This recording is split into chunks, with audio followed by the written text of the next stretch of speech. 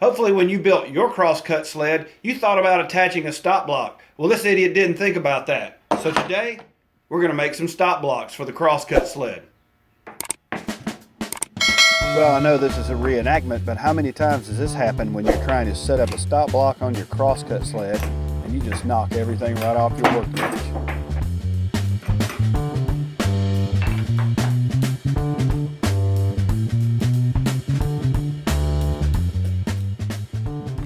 Here I'm making sure that the groove will be centered of the stop block and that it is also the same thickness as the shaft on the clamp.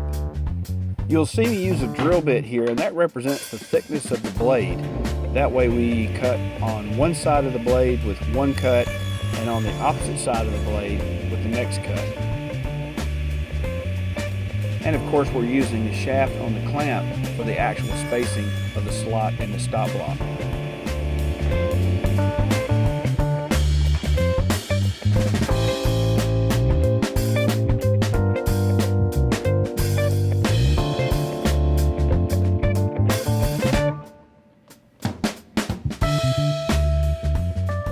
And we'll go ahead and make another slot on the opposite side of the stop block.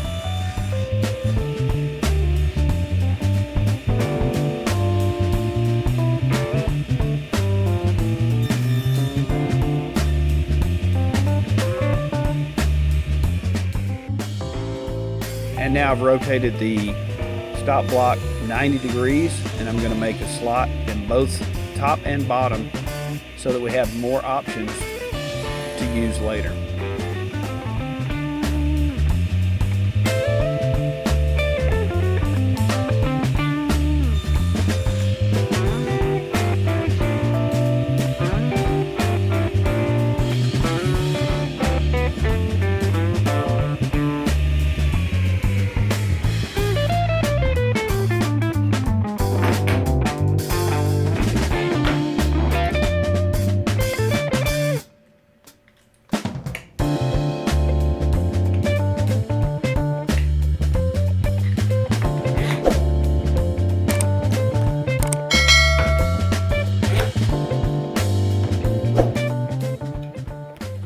As you saw earlier, this stop block is not exactly square. It's 3 inches by 3 3/4 inches and 3/4 inches thick. The 3 3/4 inch height makes it much easier to install the clamp on the backer plate on the crosscut sled.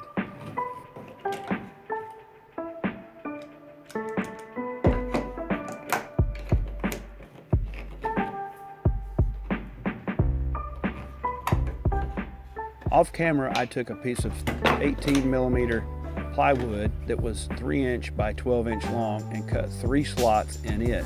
This will give me some options, as you can see here, in different configurations and clamping situations. This piece of plywood will give us some options on distances, and this will be key later on when we're making different lengths of cuts and using different types of material.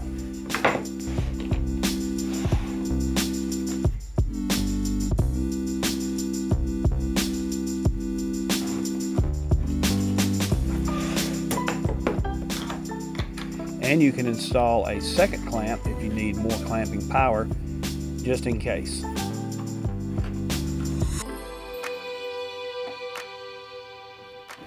And of course, using the stop block that we just made will give us even more cut capacity between the stop block and the blade itself.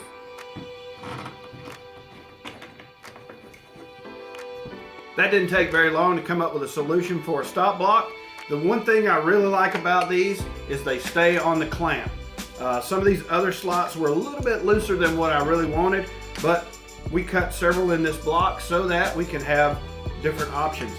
I really like the tall version because you can get your hand underneath the handle to tighten it down on the backer plate here. I really hope that you can find this type of stop block useful in your shop.